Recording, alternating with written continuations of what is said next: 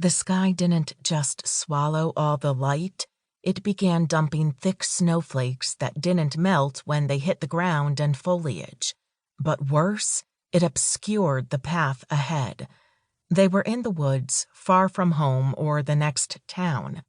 Increasing their pace made no sense, and yet they both began walking faster, talking as if they were out for a stroll. "I can't believe you're going to get married soon. Won't be long before Alva spits out some babies. I guess." Anders hadn't thought that far. His first plan was to make enough so they could marry. "At least you'll be making enough to support Alva in style. You'll need a house. You should get one close to mine." "A house?" he repeated dumbly. "You can't exactly live with your mother." He grimaced. "That would be cruel to Alva, but then again, so was her suggestion." "What has Alva said about where you should live?" a curious Guntar asked. "She thinks I should move in with her parents and become a baker." No hiding his dislike of that idea. Guntar winced. "That sounds respectable and cozy. Not to mention, I'm not a baker." "No, but it wouldn't be a bad thing to inherit a business. After all, she is an only child. I changed my mind. I think it's smart of you to convince her to wait for you." "That's not why I asked." He couldn't hide his indignation at the suggestion. "Says you. Don't care. In just a few days, we'll be taking our place in the ranks, and it's going to be grand. Fighting and then coming home for the heroes celebration, and fucking, so much fucking."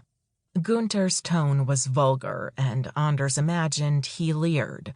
He couldn't actually see his friend's face. He couldn't see a damned thing in front of him. All sense of direction and light had disappeared. "It's awfully dark for this time of day.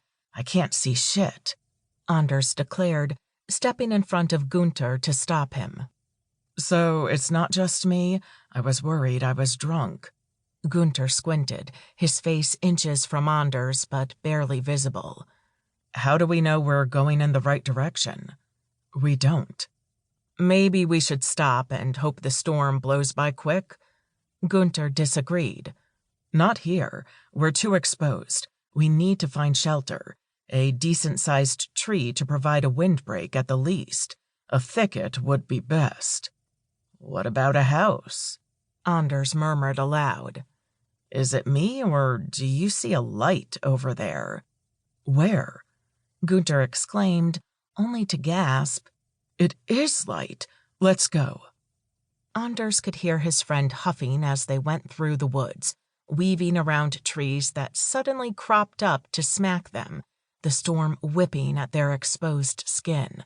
The cold permeated every inch of him to the point he felt nothing in his limbs. A bad sign. He'd be lucky if he got to keep all his parts. As they neared the light, the storm relented, but only enough that they could see that they trudged towards a house. Brightly lit windows flanked a door, and a stable was attached. Anders took a step closer, and the blowing snow ceased whipping. He froze in place and gaped.